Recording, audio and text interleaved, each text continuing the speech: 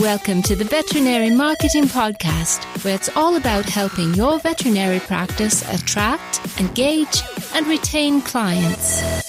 Broadcasting a new podcast every Monday from sunny Southern California, here's your host, Brandon Bashirs.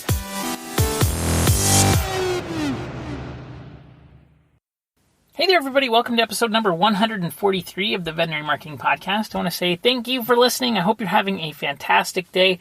Today's episode, we're going to talk about the three biggest takeaways for 2018 for me with all of my ad spend that I was doing and just in managing practices and all kinds of other brands in 2018. So there was a lot of changes. It was crazy. I think this is going to be very helpful because I think we can take these takeaways in 2018 and we can apply them in the future. So I think that this is going to be definitely a beneficial episode for you.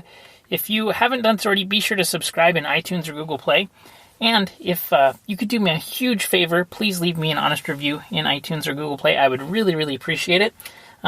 So I think we have 29. It'd be so cool to get 30 before the end of the year. So if you're listening right now and you haven't left me a review, please go do it. I would really appreciate it. Thank you so much. I'd also like to mention this episode is being sponsored by usedvetequipment.com. So head on over to usedvetequipment.com. It's the website by Brad Haven. It's been on the internet for almost 6 years now. And what Used Vet Equipment does is it brings buyers and sellers together. So if you have any equipment sitting in your storage room that you're looking to sell, if you're looking to save money by buying used, you can find everything from cages and kennels, x-rays, ultrasounds, surgery and laser equipment, lab equipment from IDEXX or Abaxis, tables, tubs, sinks, all kinds of miscellaneous items. If you're looking to buy or sell, check out usedvetequipment.com. It's basically like the eBay for vets. Brad set it up so that it works safely. Both the buyer and sellers are protected. Everybody gets what they're expecting, and it works great. You can check out testimonials and see what's for sale by heading on over to usedvetequipment.com. Be sure to let Brad know that you heard about it through the podcast, and thanks for supporting sponsors of the podcast. I'd also like to invite you to go on to the Facebook group. Be sure to join that and request to join. If you go to facebook.com/groups/the Veterinary Marketing Nerds, that's where you can request. Or if you go to Facebook and search for Veterinary Marketing Nerds and look up groups there, you'll be able to see it. All right, so let's get into today's episode. 2018 was a ridiculously crazy year. I think it was probably the first year that I did full-time, just only agency work. So in the past, I had done a bunch of other business stuff, and 2018 was really the focus of digital marketing for me and my business. So I managed right around $500,000 in ad spend, both on Facebook and Google AdWords. And so I was able to get a lot of insight about what worked and what didn't work. And I think that, there was a lot of changes back in January. Facebook changed the algorithm, making organic reach completely dead in general. And even people that have good organic distribution still, we're seeing tons of reduction of that. So I think that's only going to continue in the future. But that being said, I think that there's some really important takeaways to think about specifically from that. And I think that getting hit with that huge change in the algorithm shift on January 19th, I remember the day because it was a big day. And it just makes having diversification of your marketing more important than ever. And I think that this is only more true as time goes on. Just because, in general, I see things getting more competitive, and rules are just going to continue to change, especially as we get closer to the election. Things get crazy. The next presidential election coming up, and even the midterm elections really threw all kinds of craziness into the mix. There was all kinds of ad spend going out before the midterm elections this year. And I was really surprised. I thought that specifically like Black Friday would have a bigger impact than the elections, but it seemed like everybody was spending all of the campaign money that they had left, and our cost for impressions was really, really high. And so I think the big takeaway from 2018 is make sure that you're diversified, that you have a good mix of, number one, content sources that you can send people to that doesn't just rely on Facebook or Instagram. Facebook and Instagram are fantastic. I love them. I think every practice should be on Facebook and Instagram. But you need to have more than that, in my opinion. So think about having a podcast. Think about having a YouTube show or YouTube channel. some other platform on the side that you're also developing. Now, I think YouTube would be great for most practices because if you can build up a YouTube following, it's a lot less crowded, specifically for reaching your subscribers. You also usually get longer engagement on your videos on YouTube than you do on Facebook, and so it just is a greater depth of context. So if you can, and you have the skills or the means, start a channel on YouTube and try to develop some content there that's going to engage your current audience. And be sure to promote to your email list and also your Facebook page, and just cross-promote as much as possible so that you try to get people on as many channels as possible. That way, if things go crazy on Facebook, you're not going to be in trouble as far as how to reach your clients and things. So I think that is one of the big key takeaways, is make sure you're diversified. And that doesn't just mean for organic posting. It also means for the ad platform. Now, this happened specifically with Google, where they went through a period of, they used to be called the Google ban. You get slapped with the Google ban. And so people that were posting ads, if the ads were at all against terms of service, so like putting in things that didn't belong in the headlines, or using all caps in the headlines, and your ad would get disapproved. And sometimes what would happen is, not only would your ad get disapproved, but you would also get your ad account hit with a ban. And this was I want to say 10 or 11 years ago. And all ad platforms kind of go through this series of, it's usually not very well discovered. Then marketers start to jump on in mass, and then the masses follow, and then everybody is running Facebook ads. And now it's to the point where we have, most small business owners have run ads on Facebook. There are a lot of them, not most, but I think there's something like 7 million advertisers on Facebook now, which is a huge number. But the ad platforms take time to develop systems that are fair. They take time to develop customer service, right? Because they're adding people on so fast, it's difficult to keep up with everyone. And, if you have a Google AdWords account, you'll probably be receiving inbound phone calls from your Google ad rep, just because they're trying to get you to spend more money on their ads. They've developed all the systems and the follow-up and everything that they need to service you. But for Facebook, it's not the case.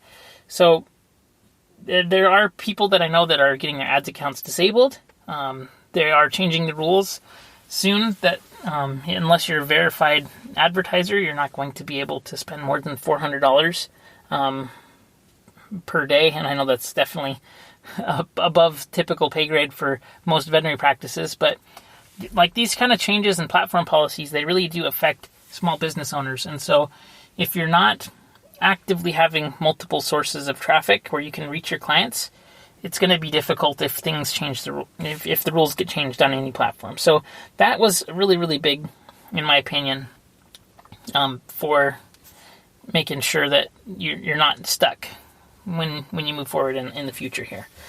So the next thing that I think was one of the biggest takeaways was that email still works amazingly well.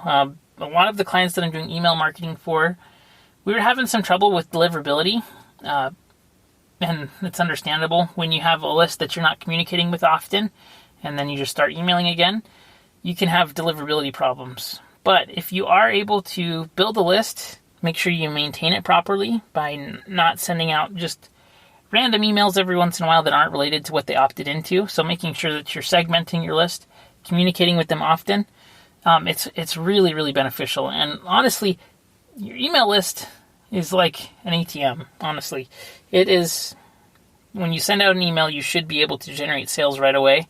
And especially depending on how you are generating that list, creating as much segmentation as possible. So for 2019, I would suggest, if it's not something that you did with success in 2018, as far as regularly emailing your lists, creating automations for your lists, and making sure that they're seeing offerings often. I mean, it was amazing how well emails performed. I want to say probably of all the sales that I did, probably about 40% of the sales came from emails in general. So I'm talking about clients. So I do all kinds of different marketing. I do e-commerce marketing. I help to sell courses and events and all kinds of things. And building up that email list, it just only gets more important, especially as it gets more difficult to reach your clients with the organic reach that we were talking about here. So having that email list that you can go to, that you're communicating with, is very important. So along those lines, making sure that you're providing tons of value in your emails so that they get opened, setting the proper expectations so that they don't unsubscribe or report you as spam, and then just having a regular frequency of emailing. I think that's huge, and it's very, very important. All right, and then I think the last biggest takeaway for me in 2018 was how important it is to continue to market to your current list of clients. So a lot of times when I work with clients, they just want to bring on new people only, right? They're like, hey, I already have a list of email clients. I don't want to send out ads to these people. I don't want to be advertising to get them to re-engage. I just want to get new people that have never seen or heard of me. And I totally understand where they're coming from. But honestly, if you're not marketing to your current list, so people that have either bought from you, which is ideal, people that have opted into your email list, people that are currently engaged with your Facebook page, if you're not using those audiences of people, you are missing huge opportunities. And honestly, in the future, I think that pixel audiences are only going to become more and more important, especially as the organic reach continues to decline, like we've been talking about. But having that list of people that are big fans of what you do, they like your brand, they like your products and services, just creating new offerings for them to take advantage of is just going to help you in your veterinary practice. So be sure that you're, number one, creating those custom audiences. Make sure that you have pixels on your website. Make sure that you're uploading your email lists. And in order to do that now, you have to be in Business Manager, which is something we talked about last week. So make sure that you upgrade to Business Manager and continue to do those things. If you don't know how to do those things, be sure to go to the Facebook group. On Facebook, search the Veterinary Marketing Nerds, and you can see I've done live videos there where I showed you how to build custom audiences. But it's amazing the return on ad spend that you can get by specifically creating ads that are just for your current clients. And but people will say, hey, but these people were already on our list. Why should we continue to advertise to them? So they're on your list for the purpose of selling them more products and services. So make sure that you're using that, and use your content to segment people as much as possible, because the segmentation that you create will allow you to then sell more products and services, right? So here's a few examples. The best audiences that I'm seeing for advertising to and creating offers that are actually going to work really, really well, their current customer list, so emails of current customers being uploaded into Facebook or in Google. The second is video viewers on your Facebook page. So you can segment people based on which videos they've watched, and those typically are amazing audiences. And then the last one is specifically people that have any engagement on your Facebook or Instagram page, which is a new engagement audience to build retargeting audiences out of. So that is a super beneficial chunk of people to be advertising to. And really, you need to think about your content as a way to build up those lists, in my opinion. So for 2019 and beyond, content is only going to become more and more important. And the brands and the clients that I'm working with that have a content strategy, they are the ones that are winning. So hands down, it's amazing to see what the cost per action is, and how much smaller your cost per action goes down based on even the recency of content. So it's really interesting. I have clients that produce videos and content, and they'll do a great job for a couple months, and then they will kind of tail off and not do as much.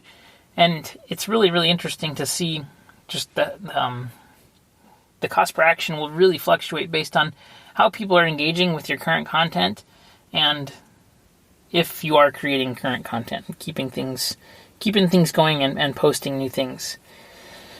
So in 2019, if I could make a suggestion, and it would only be one suggestion that I could make, it would be, actually, I would make two suggestions. So number one is create content that segments, that is engaging, and that your clients actually want to receive from you.